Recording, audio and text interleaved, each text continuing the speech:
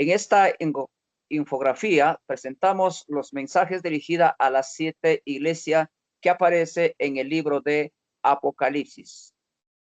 Estos mensajes fueron revelados por Jesucristo al apóstol Juan, quien recibió esta revelación cuando se encontraba exiliado en la isla de Patmos. Antes de presentar los mensajes a las 7 iglesias, Juan tiene una poderosa visión de Cristo glorificado. En esta visión aparece varios símbolos que muestran la autoridad y la divinidad de Cristo.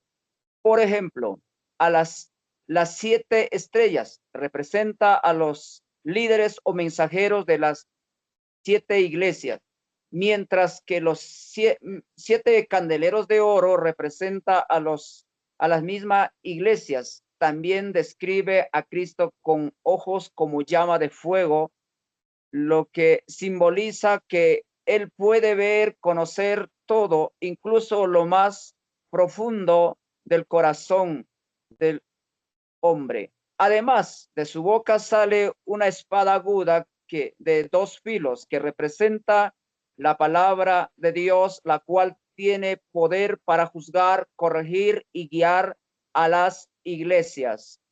Estructura de los mensajes. Los mensajes dirigidos a las 7 iglesias siguen una estructura muy clara y organizada. En primer lugar, cada carta comienza con una descripción de Cristo, tomada de la visión inicial que Juan tuvo. Estas descripciones resaltan algún atributo de Cristo que es especialmente importante para la situación de esa iglesia. En segundo lugar, Cristo hace una evaluación espiritual de cada congregación. En algunos casos reconoce sus virtudes, como su trabajo, fidelidad o perseverancia, pero también señala sus errores y debilidades. En tercer lugar, aparece una advertencia o exhortación donde Cristo llama a la iglesia al arrepentimiento y a corregir aquello que está mal. Finalmente, cada mensaje termina con una promesa para los vencedores, es decir, para aquellos creyentes que permanecen fieles a Cristo hasta el final. Esta estructura nos muestra que Cristo no solo corrige y disciplina a su iglesia, sino que también la anima y le ofrece esperanza mediante promesas eternas. El mensaje de Cristo a las 3 iglesias, Pérgamo, Éfeso, Esmirna y Pérgamo, Apocalipsis, capítulo 2, del 1 al 17. La iglesia de Éfeso era una iglesia fuerte en doctrina y trabajo espiritual. Cristo reconoce que tenían paciencia, que trabajaban mucho en la obra y que rechazaban a los falsos maestros. Pero tenían un error, un problema, que habían dejado su primer amor. Y es decir, su amor y pasión por Cristo se había enfriado. Por eso el Señor les habla para que recuerden de dónde han caído y se arrepientan y vuelvan a sus primeras obras. La iglesia de Esmirna era una iglesia que sufría persecución y también pobreza, porque los cristianos eran rechazados por no adorar al emperador romano. Cristo no le reprocha ningún pecado, al contrario, reconoce su fidelidad y le dice que aunque son pobres materialmente, son ricos espiritualmente. El mensaje del Señor es que permanezcan fieles a pesar del sufrimiento. La iglesia de Pérgamo vivía en una ciudad llena de idolatría y culto pagano. Cristo reconoce a la iglesia que no había negado su fe, incluso en medio de la persecución. Sin embargo, tenían un problema. Algunos miembros estaban aceptando falsa doctrina y prácticas pecaminosas, como es la doctrina de Balaam y de los Nicolaitas. Amén. Continuando con las 3 siguientes iglesias, Tiatira, Sardis y Filadelfia. Tiatira fue una iglesia reconocida por su amor, fe y servicio. Sin embargo, permitió las falsas enseñanzas e inmoralidad dentro de la iglesia. Cristo les llama al arrepentimiento y a corregir esta situación.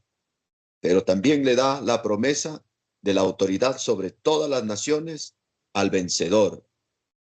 Continuando con la siguiente iglesia, la iglesia de Sardis, tenía reputación de ser una iglesia viva y activa, pero en realidad estaba espiritualmente muerta.